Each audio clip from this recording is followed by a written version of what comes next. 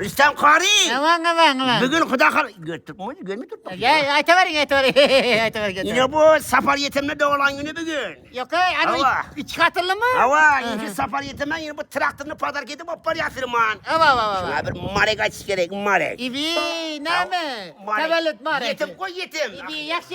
Başladık ha. Çalınasın. Safar yetim ölmege. 200'üne girmege. Ahmet'im. Safar yetim ölmege. 200'üne girmege. Yine çöp yaşap bizene gülmeye.